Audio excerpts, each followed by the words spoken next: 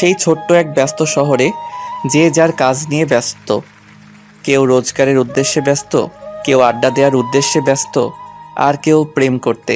এরই মধ্যে একজন ব্যস্ত ছিল পুরানো একটা ভ্যান গাড়ি, যাতে সুন্দর করে সাজানো আছে ফুচকার সব জিনিসপত্র। ফুচকার নাম শুনতেই প্রায় সবারই জিভে জল চলে আসে, আর সেটা যদি মেয়ে হয় তাহলে তো কথাই নাই। এর মধ্যেও তার কোনো ব্যতিক্রম হলো না। ফুচকার ভ্যান গাড়ি দেখে রাস্তার এক মেয়ের নজর পড়ে গেল, আর ধীরে ধীরে এদিকে আসতে লাগলো। আর হ্যাঁ, সেই ফুচকাওয়ালা ছেলেটার কেউ না, আমি নিজেই। আমার নাম নিলয়। আপাতত এইটুকুই যথেষ্ট। সকালে ঘুম থেকে উঠেই বিজনেস নিয়ে বেরিয়ে পড়েছি। রাস্তায় এত জ্যাম যে ঠিকমতো এগোতেও পারছি না। এক ধাপ সামনে গেলে দুই ধাপ পিছনে আসতে হচ্ছে। এমন পরিস্থিতিতে সবারই মাথা গরম হয়ে যায়। আমার তো একদম 100-এ 100। একটু পর সামনে ফাঁকা হলো। আমার সামনে করা গাড়িটা চলে গেল। সামনে ফাঁকা পেয়ে আমি কেবল টান দিব, তখনই হুট করে কে যেন আমার গাড়ির সামনে এসে দাঁড়িয়ে পড়ল। মেজাজটা একদম সেই লেভেলের হিট হলো। অনেকক্ষণ পর একটু ফাঁকা পেয়েছি। আবার তার মধ্যে এই দ্বিতীয় ঝামেলা কোত্থেকে সামনে এসে হাজির হলো। চোখ তুলে তাকাতেই দেখি একটা মেয়ে, হাতে কলেজের বই খাতা, কলমটা আঙুলের ফাঁকে। অটোমেটিক আমার মন শান্ত হলো। আমি কিছু বলতে যাওয়ার আগেই মেয়েটা আমায় বলল, ও ফুচকা, আমায় কয়টা দেন তো ফুচকা। এই যে ম্যাডাম, এখানে ফুচকা দেওয়া যাবে না। কেন দেওয়া যাবে না? হ্যাঁ, আপনি কি চোখে কম দেখেন? এই মাঝ রাস্তায় কি কেউ ফুচকা দেয়? ও সরি, ফুচকা আমার এত প্রিয় যে দেখলেই পাগল হয়ে যায়। তাই তো মরবেন। কিছু বললেন? আসলে মেম সাহেব, ডাক্তারেরা বলেন যে জিনিস বেশি খেতে মনে চাই সেটাই নাকি শরীরের পক্ষে খারাপ, তাই বলছি। বাহ, আপনি ডাক্তার নাকি? আরে না, কি যে বলেন না ম্যাডাম। যেভাবে বড় বড় নেকচার দিচ্ছেন তো, তাই বললাম আর কি। ছোট ছোট ছুটছাট কথা বলতে বলতে রাস্তার পাশে চলে আসলাম, আর এক জায়গায় ভ্যান দাঁড় করিয়ে ফুচকা সাজাতে লাগলাম। এক প্লেট ফুচকা তৈরি করে মেয়েটার হাতে দিলাম। মেয়েটা হাতে নিয়েই খেতে শুরু করে দিল। আমি তাকিয়ে থেকে মনে মনে ভাবছিলাম, এই জিনিসটা মেয়েদের এত পছন্দ কেন বুঝি না। ধুর বাপু, এসব জেনে আমার কি? ওরা বেশি বেশি খেলেই তো আমার লাভ। আমার দেরি হয়ে যাচ্ছে। আরে আপনি চলে যাচ্ছেন নাকি? না, এখানে সংসার করব। আরে আজব তো, আপনি এমন করে কথা বলছেন কেন? তো কেমনে বলবো? হ্যাঁ, মানে? রাস্তার মাঝখানে এসে আমার পথ আটকালেন, তারপর রাস্তার পাশে আনলেন। এবার কি বাসায় নেওয়ার চিন্তা ভাবনা আছে নাকি? এক্সকিউজ মি, আপনি একটু বেশি বলছেন কিন্তু। কই বেশি বললাম? আপনার দেখে মনে হচ্ছে আপনি ফুচকাওয়ালা নন, জমিদার একটা। যত সব। না না, মানে আমি গেলাম। আপনার সাথে কথা বলতে গেলে আমার কলেজের টাইম চলে গেছে। ধুরু।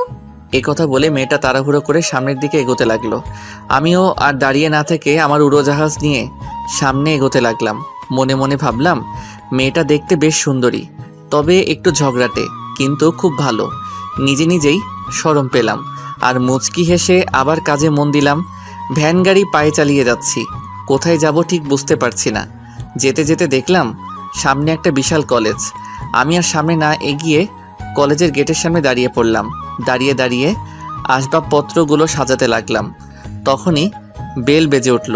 বুঝলাম যে ক্লাস শুরু হলো। আমি আমার কাজ করেই গেলাম। কিছুক্ষণ পর একটা ক্লাস শেষ হলো। আমি রেডি হয়ে থাকলাম। সামনে তাকাতেই দেখি কয়েকটা মেয়ে আমার দিকে আসছে। এসে আমায় বলল ফুচকা দিতে। আমি ফুচকা সাজাতে লাগলাম। তখন মেয়েদের মধ্যেই কথোপকথন চলছিল। তার মধ্যে একজনের নাম ছিল মিম। তাদের কথা বলার মধ্যেই জানতে পারি। তখন আমি মিমকে জিজ্ঞেস করলাম, আফামনি, এই কলেজের নাম কি গো? এই কলেজের নাম হলো। খুব নামকরা কলেজ, তাই না? জি। তখন তার বান্ধবীরা বলল, ক্লাসের নাকি সময় হয়ে গেছে। তখন মিম বলল, ভাইয়া থাকেন, ক্লাসের সময় হয়ে গেছে। আর ওখানে নীলা একাই বসে আছে। আইসা। আপনি তো এখানেই আছেন, তাই না? জি হ্যাঁ। আমার এক বান্ধবী আছে, ফুচকার জন্য একদম পাগল। এবার ওকে সাথে করে আনবনি। জি, এসব কথা বলে মিম চলে গেল। তখন কলেজের আরও ছাত্রছাত্রী এসে জমা হলো। আমি সবাইকে ফুচকা দিতে লাগলাম। এরকম করে কিছুক্ষণ কাটানোর পর আমি একটু আরাম নেবার জন্য বসতে যাচ্ছিলাম। ঠিক এমন সময় আমার দুটি চোখ সামনে চলে গেল। চোখ সামনে যেতেই তো আমি থমকে গেলাম। বসার কথা ভুলে আমি দাঁড়িয়ে গেলাম। আরে আমি এটা কি দেখতেছি? এটা তো সেই মেয়ে যাকে রাস্তায় ফুসকা দিচ্ছিলাম। সে এখানে কেন? তাহলে কি এটাই কি তার কলেজ? আমায় দেখলে তো আচ্ছা মতো শুরু করবে। আমি আর ওসব কিছু না ভেবে নিজের কাজে মন দিলাম আর টেরা চোখে একটু একটু করে তার দিকে তাকাচ্ছিলাম। সত্যি বলতে আমি মনে মনে চাচ্ছিলাম মেয়েটা যেন এখানে আসে। হি হি হি। আর আমার মনের কথাটা সত্যি হলো। ওর পাশে তাকিয়ে দেখি মিম। তার মানে মিম আর নীলা এখানে আসবে। হুম, আমার তো মন চাচ্ছে লুঙ্গি ড্যান্স দিব। না থাক, আজ না। নিজেকে সামলিয়ে সোজা হয়ে দাঁড়িয়ে থাকলাম আর নিচের দিকে তাকিয়ে রইলাম। তখন মিম বলল, এই যে ভাইয়া। আমি মুখ তুলতেই তো মেয়েটা অবাক হলো আর আমার দিকে রাগী লুকে তাকিয়ে রইল। আরে আপনি? কি রে, তুই কি ওকে চিনিস? চিনি না, চিনি না। আমি তো অবাক, এত বড় মিথ্যা কথা কেমনে বলে?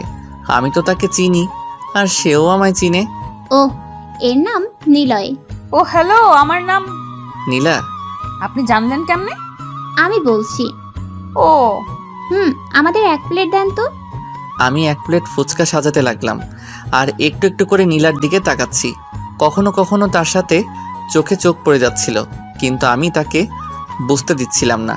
তারপর প্লেট সাজিয়ে তাদের সামনে এগিয়ে দিলাম। একে একে খেতে লাগলো। আমায়ও খেতে বলল, কিন্তু আমি খাই না বলে দিলাম। তখন আর কেউ কিছু বলল না তাদের মনে। তারা খেতে লাগলো আর আমি নীলার দিকে তাকিয়ে রইলাম। এভাবে সারাদিনটা নীলার কলেজে কাটিয়ে দিলাম। বিকাল হলেই খোঁজ নিয়ে আমার বিজনেস নিয়ে রওনা হয়ে যাই। বিকালে যেও নীলার সাথে দেখা হয়ে যায়, তখন কিছু তাকাতাকি করতেই সময় শেষ হয়ে যায়, যার ফলে আমি চলে আসি। পরের দিন আবার সেই একই কলেজ, মানে নীলার কলেজের দিকে রওনা হলাম। কলেজে যেই আমার কাজ শুরু হলো। আগে ঠিকমতো নীলাকে খুঁজে নিলাম, তারপর শুরু করলাম। মিম নীলাকে সাথে করে নিয়ে আরও কিছু তাদের বান্ধবীদের নিয়ে আমার কাছে ফুচকা খেতে আসতো আর আমি নীলাকে দেখতাম। মেয়েটাকে একদিনেই আমার পছন্দ হয়ে গেছে। খুব সুন্দর লাগে। কেন লাগে তা জানি না, কিন্তু মনে হচ্ছে পৃথিবীতে সে একমাত্র মেয়ে।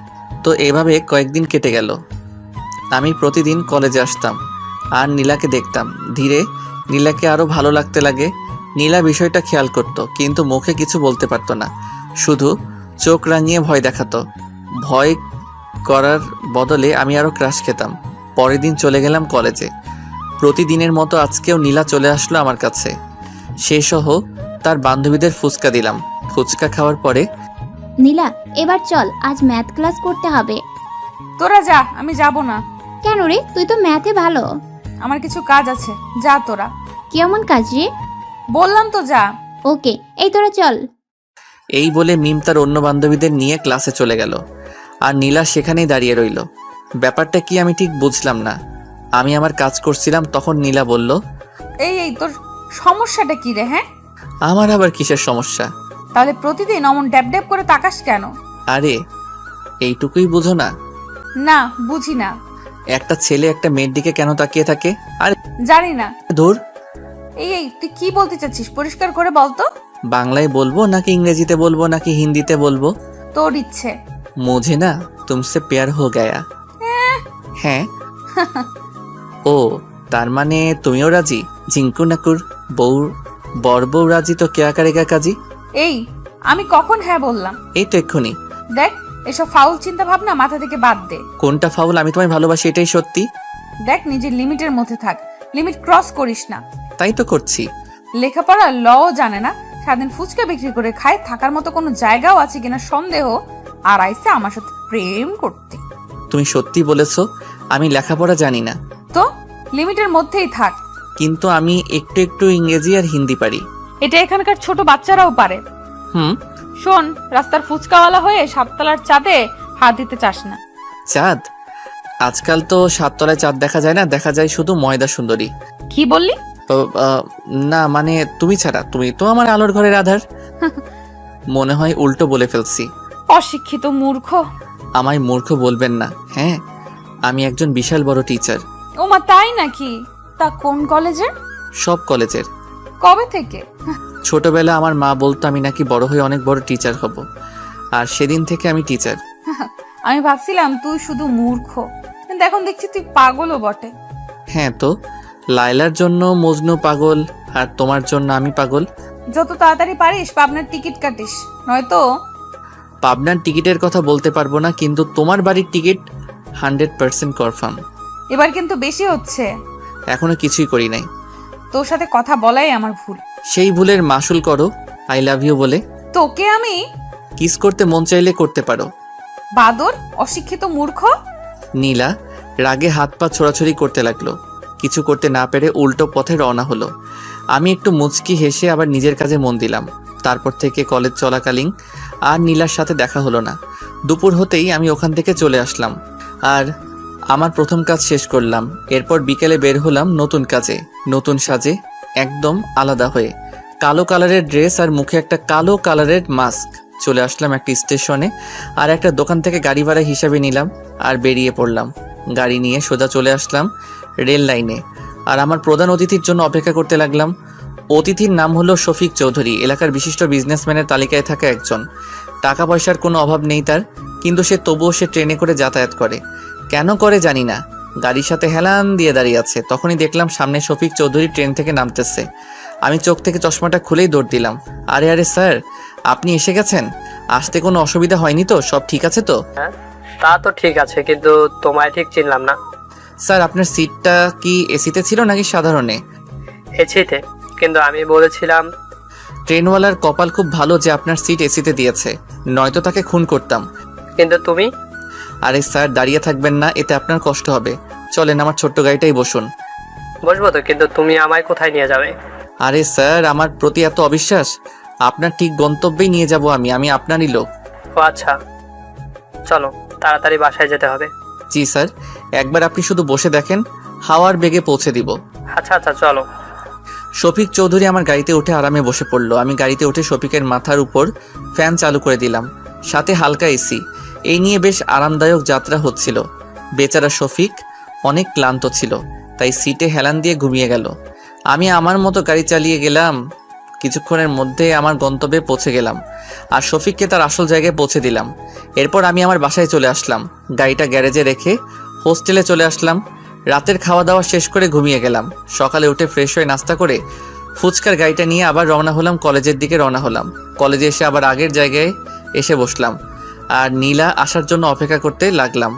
একটু পর এদিক ওদিক তাকিয়ে তাকিয়ে দেখছি নীলা আসতেছে কিনা, কিন্তু অনেকক্ষণ হলো নীলা আসে না।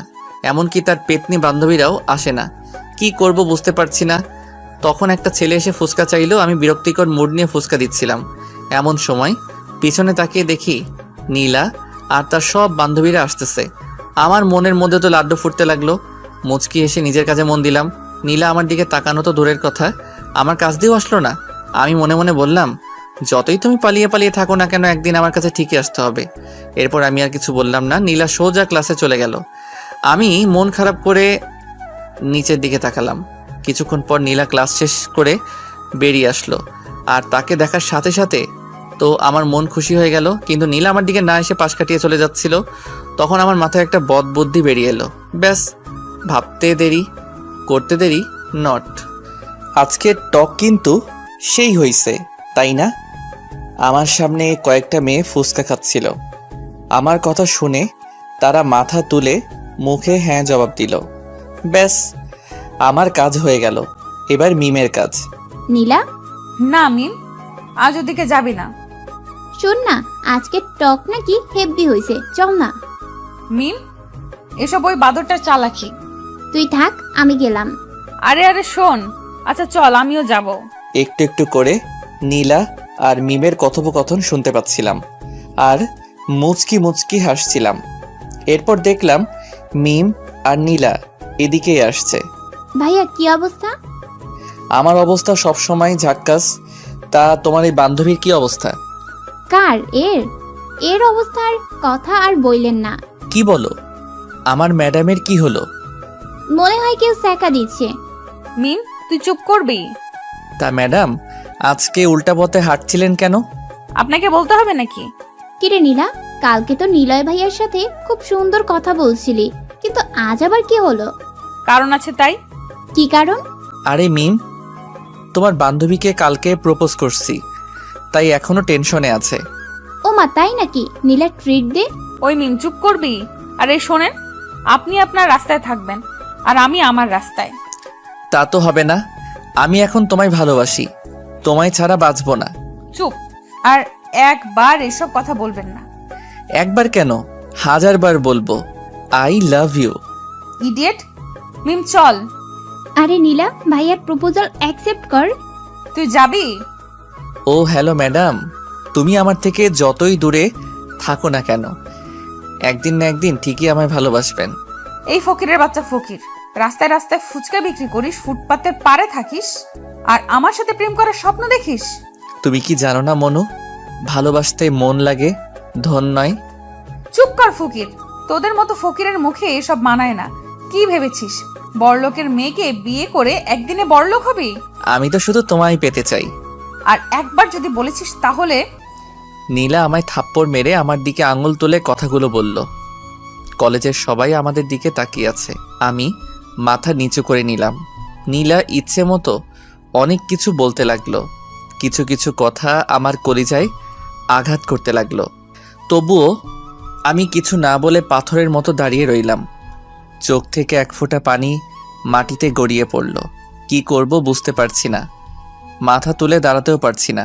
কোনো উপায় না পেয়ে ভ্যানটা নিয়ে ওখান থেকে চলে আসলাম। ভ্যান এনে ভ্যানের জায়গায় রাখলাম। এরপর প্রথম চ্যাপ্টার বাদ দিয়ে দ্বিতীয় চ্যাপ্টারে প্রবেশ করলাম। এমনিতেও বেলা গড়িয়ে দুপুর হয়ে গেছে, তাই সোজা সাপটা গোসল করার জন্য বেরিয়ে পড়লাম। নলকূপে যেয়ে পানি তুলে গোসল করলাম। এরপর প্যান্ট শার্ট পরে গ্যারেজে আসলাম। এসে পাশের হোটেলে দুপুরের খাবার খেয়ে নিলাম। এরপর নতুন এক গাড়ি নিয়ে বেরিয়ে পড়লাম। কিছু দূর আসতেই মুখে সেই ব্ল্যাক কালারের মাস্ক পরে নিলাম আর চোখে সানগ্লাস। তারপর সোজা আমার গন্তব্যে আসলাম। এক বিশাল কোম্পানির সামনে এসে গাড়ি ব্রেক করলাম আর গাড়ি থেকে নেমে সোজা ভিতরে আসতে লাগলাম। গার্ড এসে আমায় সার্চ করলো, এরপর ভিতরে পাঠিয়ে দিল। অবশ্য জিজ্ঞেস করছিল আমি কে। তখন আমি বলছি তোমার বসের ড্রাইভার। এরপরে আর আমায় আটকালো না। আমি বিনা বাধায় ভিতরে চলে আসলাম আর সোজা এমডির রুমে নক দিলাম। আসসালামু আলাইকুম সাহেব। ওয়ালাইকুম আসসালাম। কে আপনি? আগে আপনি কি আসলাম? তওবা তওবা, গুরুজনের নাম মুখে নিতে নেই। আরে সমস্যা নেই, আমি আসলাম। অনেক নাম শুনেছি আপনার। আপনি নিজের শরীর খাটিয়ে এত বড় হয়েছেন, আপনাকে দেখে আমার অনেক গর্ব হয়। অবশ্যই, আমার কর্মের ফল এসব। আপনি তো মহান সাহেব, একজন চাকর হয়ে আজ এত বড় কোম্পানির মালিক। কি কি কি কি বলছিস তুই? মানে সাহেব, আমি বলছিলাম আপনি তো আগে খুব গরিব ছিলেন, নিজের বুদ্ধি খাটিয়ে শ্রম দিয়ে এত বড় কোম্পানির মালিক হয়েছেন। কিন্তু তুই কেমনে জানলি? আরে সাহেব, আপনার মতো মহান মানুষের জীবনী সবাই জানে, সবাই আপনার থেকে কিছু শিখতে চায়। তাই নাকি? হ্যাঁ সাহেব, আপনার ড্রাইভার হতে পেরে আমিও খুব খুশি। ওহ, তার মানে তুই আমার ড্রাইভার? জি সাহেব, চলেন আপনার বাসায় পৌঁছে দিই। ম্যাডাম আপনায় তাড়াতাড়ি যেতে বলেছে, কি যেন সারপ্রাইজ দিবে। সামান্য 2 টাকার ড্রাইভার হয়ে আমার সামনে সানগ্লাস পরার সাহস হলো কি করে তোর? অপরাধ নিবেন না সাহেব, আসলে আমার চোখে সমস্যা, ডাক্তার বলেছে চশমা যেন না খুলি। ও আচ্ছা, আমি খুব ক্লান্ত, চলো। এরপর আমি আসলামের সাথে বাইরে চলে আসলাম আর আসলামকে গাড়িতে বসিয়ে দিয়ে আমি ড্রাইভ করতে লাগলাম। গ্লাসে দেখলাম আসলাম ফোন টিপছিল। আমি বললাম, আচ্ছা সাহেব, আপনি এত বড় লোক কি করে হলেন? কেন হঠাৎ এমন প্রশ্ন কেন? অপরাধ নিবেন না সাহেব, আসলে আপনি অনেক মহান মানুষ তো, তাই আপনার থেকে আমি কিছু শিখতে চাই। ওহ, আমি এত বড় লোক হয়েছি আমার পরিশ্রমে, অনেক পরিশ্রমের মাধ্যমে আজ আমি এখানে। ফকির থেকে বড় লোক? কি বললি তুই? না মানে সাহেব, আসলে বলছিলাম ফকির থেকে কি করে বড় লোক হলেন। তুই কি কানে কম শুনিস নাকি? বললামই তো। সাহেব, আমার কান একদম পরিষ্কার। আচ্ছা, আপনার লিডার তো ছিল, যার কথায় আপনি সবকিছু করতেন। এই তুই কে রে? তুই এত কিছু কি করে জানিস? আর এত কিছু কেন? পরিচয় দিলে আপনি শুনতে পারবেন না, তাই থাক। এরপর আর কিছু বললাম না, সোজা গাড়ি চালাতে লাগলাম। অনেকগুলো পথ জার্নি করে অবশেষে এসে পৌঁছালাম আসলামের বাসার সামনে। আসলামকে ওখানে নামিয়ে দিয়ে আমি আমার গন্তব্যে রওনা দিলাম। আমার গন্তব্যে আসতে আসতে সন্ধ্যা হয়ে গেল। এরপর সন্ধ্যায় বস্তিতে চলে আসলাম। তার আগে গ্যারেজে গিয়ে গাড়ি জমা দিয়ে আসলাম। সঙ্গে হোস্টেল থেকে কিছু খাবার নিয়ে চলে আসলাম বস্তিতে। রাতের খাবার খেয়ে ঘুমিয়ে গেলাম। সকালের পাখির ডাকে চোখ থেকে ঘুম হারালো। কেন জানি মনটা খুব খারাপ লাগছে। পুরনো দিনের কথা খুব মনে পড়ছে। সকাল সকাল মনটা খারাপ হয়ে গেল। অনেক কষ্টে সব ভুলতে সক্ষম হলাম। তারপর ফ্রেশ হয়ে ফুচকার গাড়িটা নিয়ে বাজারের দিকে রওনা হলাম। বাজারে এসে হালকা নাস্তা করে নিলাম। এরই মধ্যে কলেজের টাইম হয়ে গেল, তাই আর দেরি না করে কলেজের দিকে রওনা দিলাম। কলেজে আসতেই দেখি এক সারিতে অনেকগুলো গাড়ি। মনে এক প্রকার প্রশ্ন জাগলো। ভ্যান থেকে নেমে আমিও যোগ দিলাম সবার সাথে। সামনে তাকিয়ে দেখি 5টা গাড়ি একসঙ্গে দরজা খুলল, আর সাথে সাথে অনেকগুলো মানুষ বেরিয়ে আসলো। দেখে মনে হচ্ছে এরা বডিগার্ড, কিন্তু কার বডিগার্ড? তখনই মাঝখানের গাড়িটা থেকে নীলা নেমে আসলো। আমি দেখে তেমন অবাক হলাম না, কারণ এটা হবার ছিল তা আমার আগে থেকেই জানা ছিল। তো কলেজের সবাই হা করে নীলার দিকে তাকিয়ে আছে, সাথে আমিও। নীলা কিছুটা বিরক্তিকর মোড নিয়ে গাড়ি থেকে নেমে হাঁটতে লাগলো। নীলাকে চলে যেতে দেখে মিমও তার সাথে চলে গেল। কিছুক্ষণের মধ্যে জায়গাটা ফাঁকা হয়ে গেল। আমিও আর দাঁড়িয়ে না থেকে আমার জায়গায় চলে গেলাম। একটু পর মিম আসলো, আর সাথে নীলাও ছিল, কিন্তু নীলার মনটা একটু খারাপ ছিল। আর আমি খেয়াল করলাম নীলার বডিগার্ডরা দূরে দাঁড়িয়ে এদিক সেদিক তাকিয়ে আছে, এদিকে তাকিয়ে আছে।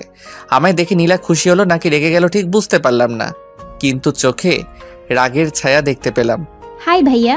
কিরে, তুই আজকেও আসছিস? কেন না আসার কি আছে? এটা আমার ব্যবসা, এই কাজ করেই আমার পেট চলে, এর জন্য আমার সব করতে হবে। এই তো লাইনে আসছিস। প্লিজ ম্যাম সাহেব, আমার ফুচকার দোকান আনতে নিষেধ করবেন না, তাহলে আমায় না খেয়ে মরতে হবে। হুম। এই তুই হাসছিস কেন? কি ম্যাডাম, ভাবছিলেন এসব কথাই বলবো এসে, তাই না?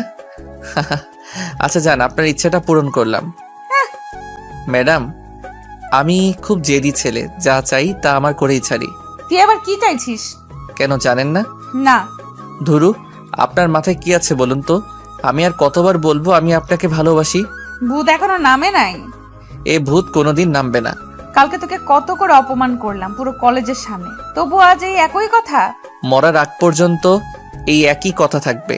দেখেছিস আমার সাথে কতগুলো বডিগার্ড, আমি ওদের বললে না তোর হাত পা একটাও আসতে পাবি না। এই তুই কি পাগল? সামান্য একটা ফুচকাওয়ালা হয়ে আমার পেছনে লাগিস? ভয় করি না। হ্যাঁ আমি গরিব, আমি ফুচকা বিক্রি করি, কিন্তু গরিব হলেও আমার মন অনেক বড়, আর সেখানে শুধু তোমায় বসানো আছে। বাহ, খুব সুন্দর তো ডায়লগ। কি করব বলো, অনেক খুঁজেও এর থেকে ভালো ডায়লগ পাই নাই। উফ, মেয়েকে চুপ করতে বল। ওকে চুপ। আর তোর সাথে কে কে থাকে? আমি আর তুমি? মানে? মানে তুমি তো সবসময় আমার মনের মধ্যেই থাকো, তাই খেতে বসলে তোমার কথা মনে পড়ে, ঘুমাতে গেলে তোমার কথা মনে পড়ে। পা এই চুপ, এইসব সিনেমার ডায়লগ বাদ দিয়ে সত্যি কথা বল। পৃথিবীতে আমার আপন বলতে কেউ নাই গো। আমি খুব এতিম, কান্না করলে দেখার কেউ নেই, অসুস্থ হলেও দেখার কেউ নাই। ইমোশনাল হয়ে গেছো? আরে আমি পিওর এতিম, আগেও কেউ নাই আর পিছনেও কেউ নাই, আমি একদম স্বাধীন। হিহি। তুই কি পাগল? আমার তো সত্যি মনে হচ্ছে তুই পাগল। হ্যাঁ তো তোমার জন্য পাগল। দেখ, আবারও বলছি এসব পাগলামি করিস না। আমার বাবা এসব জানতে পারলে তোকে মেরে টুকরো টুকরো করবে। তোমার জন্য আমি মরতেও পারি। উফ, তুই জানিস আমার সাথে কতগুলো বডিগার্ড আছে? ওদেরকেই তো পেরিয়ে আসতে পারবি না। আরে এরা তো আমার কিচ্ছু করতে পারবে না। এতই যখন শখ, তাহলে আর একটা ক্লাস পরে সবার সামনে আমায় ফুল দিয়ে দেখা। এটা আবার কোনো ব্যাপার হলো নাকি? তখন দেখলাম নীলার বডিগার্ডের একটা ছেলেকে আচ্ছা মতো পিটানি দিচ্ছে, কিন্তু কেউ কিছু বলছে না, এমনকি কলেজের স্যারেরাও দাঁড়িয়ে থেকে দেখছে। ওরা যাকে মারছে সে কাল বিকেলে আমায় প্রপোজ করেছিল। কালকে ওরা আসার আগেই ছেলেটা চলে আসে, তাই আজ। ও, এরপরেও কি আমায় ভালোবাসবি? আবার জিগায়। ম্যাডাম একটা কথা মনে রাখবেন, ভালোবাসাটা যদি মন থেকে হয় না, তাহলে পৃথিবীর কোনো শক্তি সেটাকে ভাঙতে পারে না। তাই? হুম। কি বলছি মনে থাকে জানো? চল মিম। তোমার জন্য জীবনও দিতে পারি, মার খাওয়া তো দূরের কথা। ডায়লগ কম মার। হিহি। চল মিম। এ কথা বলে মিম আর নীলা চলে গেল। আমি ওদের যাওয়ার দিকে তাকিয়ে রইলাম। এদিকে মিম আর নীলা ক্লাসরুমের দিকে আসতে আসতে হঠাৎ মিম বলল, নীলা, এটা কি করলি? কই কি করলাম? ছেলেটা তোকে এত ভালোবাসে আর ওকে বিপদে ফেললি? আমার বাবাকে তো চিনিস, ঘাট থেকে মাথা আলাদা করে দিবে। তার থেকে বরং বডিগার্ডের হাতে মার খেয়ে যদি ওর পাগলামিটা ছোটে। তুই কি ভেবেছিস ওরা নিলয়কে কি বাঁচিয়ে রাখবে? মেরে ফেলবে। জানি, কারণ আমার পেছনে যতই ছেলে এসেছে তারা সবাই মরছে, এটাও মরবেই। তুই মানুষ নাকি অন্য কিছু? ছেলেটা তোকে পাগলের মতো ভালোবাসে আর তুই তাকে মৃত্যুর মুখে ঠেলে দিচ্ছিস। ওকে অনেক বুঝিয়েছি, না বুঝলে আমি কি করব? আর তোর কেন এত দরদ হচ্ছে? আমি মানুষ বলে মানুষের জন্য দরদ হচ্ছে। ও চল ক্লাসে। মিম আর নীলা ক্লাসে চলে গেল। আমি ভ্যান নিয়ে বাইরে চলে আসলাম আর গোলাপের দোকানে গেলাম। তারপর নীলা আসার অপেক্ষায় থাকলাম। কিছুক্ষণ পর নীলা ক্লাস শেষ করে বেরিয়ে আসলো আর বেরিয়ে আমায় দেখতে না পেয়ে আশেপাশে তাকাতে লাগলো। ঠিক এমন সময় আমি গোলাপের দোকান নিয়ে কলেজের ভিতরে প্রবেশ করলাম আর সোজা নীলার সামনে এসে থামলাম। নীলা সহ মিম আমায় এভাবে দেখে তো অবাক। মাথায় লাল গামছা বাঁধা, মুখে মাস্ক আর ফুসকার বদলে গোলাপ ফুলের দোকান। হাই ম্যাডাম, তুমি গোলাপ আনতে বলেছো আর আমি পুরো দোকানটাই তুলে আনছি। নীলা তো জমে পাথর, কোনো কথা না বলে ওর বডিগার্ডদের দিকে তাকিয়ে আছে। আমি এবার ভ্যান থেকে নেমে সুন্দর একটা গোলাপ তুলে নীলার সামনে ধরলাম। নেন, আই লাভ ইউ। নীলা একবার আমার দিকে তাকাচ্ছে আর একবার ওর বডিগার্ডদের দিকে তাকাচ্ছে। ইতিমধ্যে নীলার বডিগার্ডরা এসে হাজির। তখন নীলার বডিগার্ডরা আমার কাঁধে হাত দিল আর বলল, এই তুই কে রে? আর আমাদের ম্যাডামকে গোলাপ দেওয়ার সাহস কি করে হলো? এখানে সাহসের কি হলো? এটাই তো আমার চাকরি। মানে খুব সোজা। আমি অনলাইনের মাধ্যমে ফুলের ব্যবসা করি। অনলাইনে অর্ডার করলে আমি ডেলিভারি করে দেই। আর এই ম্যাডাম একটা গোলাপ। ম্যাডাম, আপনি কি সত্যি অর্ডার করেছিলেন নাকি চালাকি? চালাকি হলে কিন্তু একে সোজা উপরে পাঠিয়ে দিব। এমন করে ভয় দেখাচ্ছেন কেন? আমি হার্টের রোগী।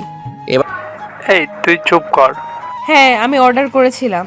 বাসায় যেতে বললে বাবা অনেক প্রশ্ন করত, তাই এখানে আসতে বলেছি। এবার তো হলো। হয়েছে, এবার এখান থেকে ফুট।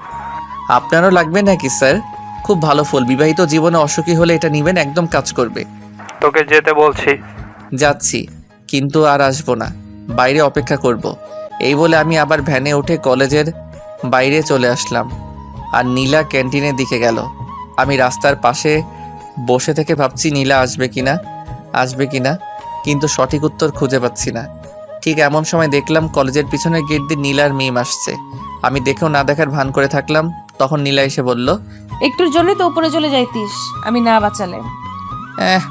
এত বড় রিস্ক নিয়ে গোলাপ দিলাম আর আমায় বাঁচাতে কে বলছিল? ইচ্ছা হয়েছে তাই। তার মানে সামথিং। এই শোন, এইটুকুতেই ভাবিস না যে আমার যোগ্য হতে পারবে। এটা তো যে কেউ করতে পারে। তোমার কথা মতো আমি তোমায় ফুল দিয়েছি, এবার আমায় আই লাভ ইউ বলো। কেবল তো শুরু, এটা করতে তো সবাই পারবে। তাহলে বলো আর কি কি করতে হবে? আমি তোমার জন্য সব করতে রাজি। হুমা, তাই নাকি? বলেই দেখো। কালকে কলেজে আসার সময় গাড়ি থামিয়ে আমায় প্রপোজ করতে হবে। এটা আবার তেমন কি কাজ? ভাবিস না যে এটাও আজকের মতো করবি, কারণ আমার বাবা কাল থেকে আমার সিকিউরিটি আরো টাইট করবে। তোমার বাবা যতই না করুক না কেন আমায় আটকাতে পারবে না। কালকেই দেখা যাবে।